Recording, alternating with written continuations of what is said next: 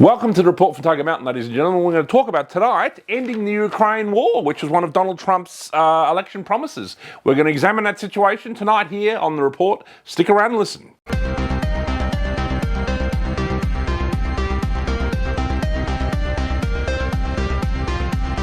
All right, ladies and gentlemen, as we well know, ending the Ukraine war was one of Donald Trump's election promises.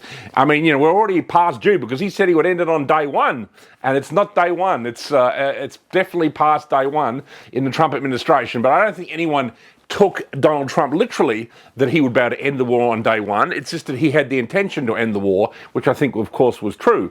So, you know, he's had a chat to Putin, and Putin, you know, has laid out what he wants, which is probably, you know, some of the eastern regions of the Ukraine to remain, that he occupies at the moment, to remain a part of Russia, and for, you know, Ukraine, that remains Ukraine, to not join NATO. They're essentially his two main terms.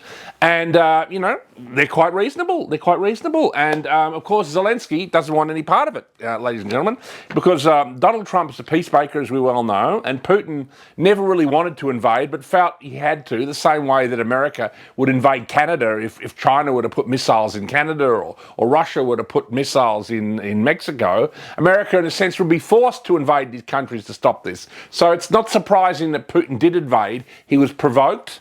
And, you know, Zelenskyy was the guy who provoked him, ladies and gentlemen. You know what I mean? You know, he had been the president for a few years before the war started. But, you know, all this trouble started in 2014 when, you know, the globalists, the Zionists and their friends took over Ukraine in a coup that was also backed by the CIA.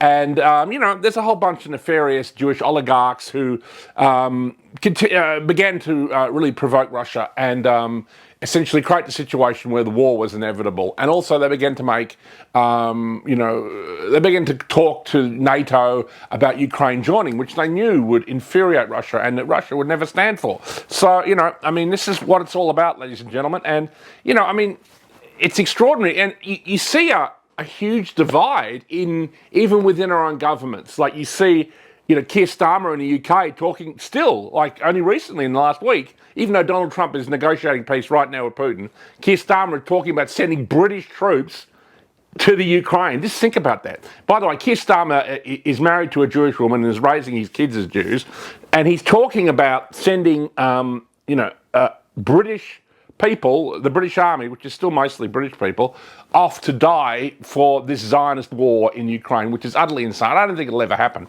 And he's gone and had a meeting with Macron, who no doubt feels the same way. And as we all know about Macron, I mean, you know, he's an arch globalist. We're going to talk about him in another report, but, you know, he's married to a man, Brigitte Macron. This has all come out. Not only is he married, this man may well be his father. So how about that for a headline? So this is an extraordinary level of deviance and perversion in these globalists. You know, so it's unbelievable. So, you know, so you've got Macron and Keir Starmer talking about sending troops to Ukraine. And then, of course, you've got, you know, Albo and Peter Dutton poo-pooing Trump's peace plan. Even Dutton, you know, who supposedly, you know, is meant to represent the conservative side in this country, is still controlled by Zionists, mate, you know, and this war, still wants endless war. I mean, you know, this war in Ukraine, it's very 1984-esque. It resembles the war in 1984, where Oceania, which is England and its allies, is fighting with Eurasia, and Eurasia is Russia, and East Asia is China. And, you know, it's like in the novel 1984, like, you know, it's like, you know, Oceania versus Eurasia, and then at another stage it's Oceania versus East Asia, and it just switches every 10 or 12 years, and one becomes an ally or at least somebody who's, you know, a friend, and, you know, it's just an endless war situation. And you can see that, in a sense, is what they hope to do to control Trump, because Trump is obviously going to change world politics in a huge amount of ways. And, you know, this is why it's so crucial. So this is a huge test for the presidency of Donald Trump. Obviously, he's doing great stuff with Doge and other things in America at the moment. He's doing a lot of wonderful things. And but this, you know, foreign policy initiative of ending the Ukraine war, I believe he will be able to do it. But he's going to face fierce opposition from essentially his own allies, which is like the UK and Australia, which is just absolutely extraordinary that there's this huge division from a guy who just wants to bring peace. So this goes to show to everybody with a brain out there, on the left or the right, that our leaders are in the control of these, Zionist oligarchs that are ruling, Ukraine, and they're the ones pulling the puppet strings behind Zelensky, who's a cokehead. I mean, he's a dictator. This is one of the great headlines. I just couldn't believe. It's like, it's like Zelensky saving democracy in the Ukraine, though he hasn't held an election since he took power. You know what I mean? And he's cancelled elections. He's declared martial law and cancelled elections. That is a classic 1984 statement. You're going to save democracy in Ukraine by ending it.